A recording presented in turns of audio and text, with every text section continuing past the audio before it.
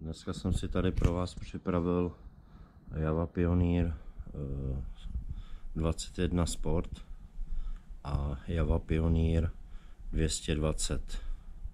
Je to vlastně 20, ale nový označení je 220. Tak. Tady ta 21, tak tu zrovna zajíždím, to je po Go motoru. No. Ale z toho nejezdím tak často, jenom občas tady po okolí, ta nemá papíry. Ale pak mám tady tu vlastně tu 20 novodobější a s tou jezdím převážně na naše srazy a spanilé jízdy, co pořádám tady v obci Polepy. Takže když budete mít čas, můžete se kdykoliv zastavit.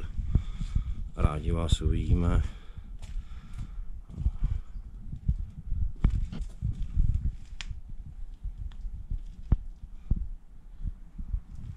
Jako je to krasavec, ale potřeba by ještě to hodně doladit, aby byl úplně 100%.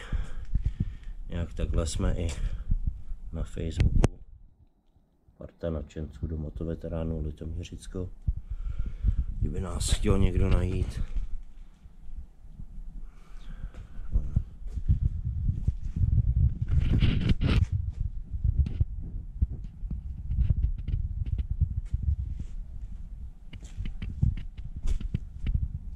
Vejfuk chromovaný.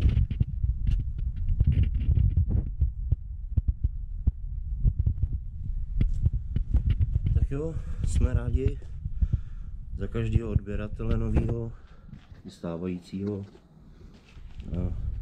Ať to čmoudí. Budeme se těšit zase příště s dalšíma motoveteránkama.